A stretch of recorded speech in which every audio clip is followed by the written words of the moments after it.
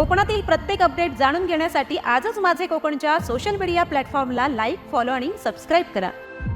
सिंधुदुर्ग जिल्ह्यात सध्या परजिल्ह्यातून फळ विक्रेते मोठ्या संख्येने दाखल झाले आहेत। हे फळ विक्रेते महामार्गाच्या बाजूला किंवा बाजारपेठेपासून लांब अंतरावरती आपले वाहन लावून फळांची विक्री करतायत। यामध्ये सफरचंद, चिकू, पेरू, डाळिंब, संत्री, द्राक्ष यांची कमी किमतीत विक्री करतात। यामुळे स्थानिक नागरिक सुद्धा या फळांची खरेदी करतात। पण ही फळे निकृष्ट दर्जाची असल्याचे समोर आले आहे।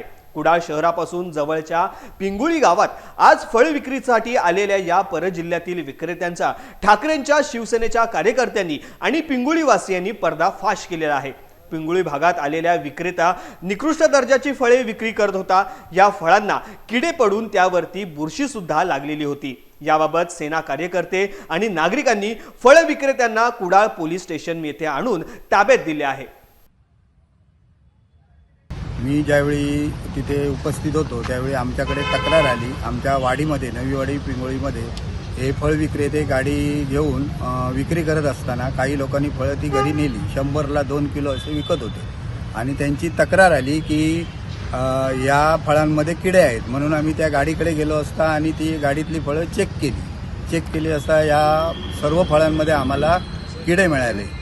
त्यावेळी आम्ही पहिल्यांदा पोलीस पाटील हे सतीश माळी यांना मी बोलवलं, त्यानंतर सरपंच अजय आकेरकर यांना सुद्धा बोलवलं आणि आमचे भगत पोलीस आहेत त्यांना सुद्धा मी ते कळवलं आणि तिथे ते उपस्थित राहिले। त्याचप्रमाणे आमचे जे ठाकरे सेनेचे कार्यकर्ते आहेत बाबल गावडे, गुरु सडवेलकर, राजन पुरलकर यांनाही मी तिथे उपस्थित राहण्यासाठी सांगितलं। त्यावेळी ते सर्वजण इथे जमा झालो आणि आपल्या कुडाळ्यातले स्थायिक व्यापारी संतोष हे इथे उपस्थित होते। संतोष माडगू, त्यांनी इतर फळं अजय पांगोळ विंगोळ त्यांना पण बोलवलं। त्यांना सुद्धा फळातली बरीचशी माहिती असल्या कारणाने मी त्यांना बोलवलं आणि त्यांनी बघितलं असं सर्व फळे जी आहेत ती डुप्लिकेट आहेत। 4 नंबरची फळं याला म्हणतात, ही घेऊन ते विक्री करत होते। मला लोकांना असं आवाहन करायचं आहे की स्वस्त ते फळं मिळतात म्हणून ते तुम्ही ते फळं खरेदी करू नका।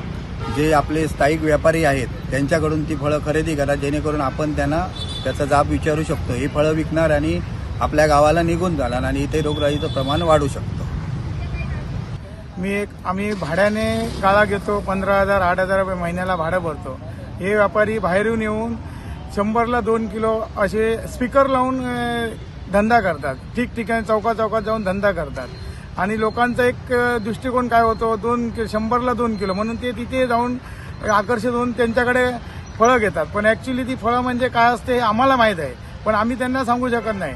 आज ते दीपक गावडे यांनी ते प्रकार त्यांना पकडलं आणि त्या फळांचा काय प्रकार होतो, 2 नंबर फळं म्हणजे 3 नंबरनी 4 नंबरची प्रकार ते मार्केटमध्ये जाऊन एक ढीग असतो, ते एक 100 रुपये ढीग या हिशोबाने ते 20-20 कॅरेट भरतात आणि ते इथे 100ला 2 त्यांना अति एक 10 रुपये किलोच्या रेटाने भेटतात। तीच फळं आम्ही इथे 50 रुपये किलोने मार्केटने आणतो आणि आमच्याकडे असतात ती 80 रुपये, म्हणजे शेवटी टाकाऊ माल असल्यामुळे मार्जिन हे थोडंफार ठेवून आम्ही धंदा करावा लागतो। आणि ते लोकांना काय वाटतं, ती 2 किलो म्हणून ती लोक घेतात आणि घरी जाऊन बघतात तर त्याच्यात किडा, आळी आणि त्याच्यात ते कुजलेलं असतं, सगळं आम्ही दाखवलेलं आहे। त्याच्याकडनं आज ते स्थायिक जे लोकल व्यापारी आहेत त्याच्यात घुरपडून गेलेले आहेत, भाडं भरतात वर्षाच्या वर्ष, महिन्याला किती भाडं आहे, लाईट बिल आहे ते स्थायिक यांना माहीत आहे आपल्या व्यापाऱ्यांना। आणि गिरायकांचा पण एक दृष्टिकोन होतो, बाबा तिथे कमी रेटने भेटतात म्हणून ते कमीच्या इथे जातात।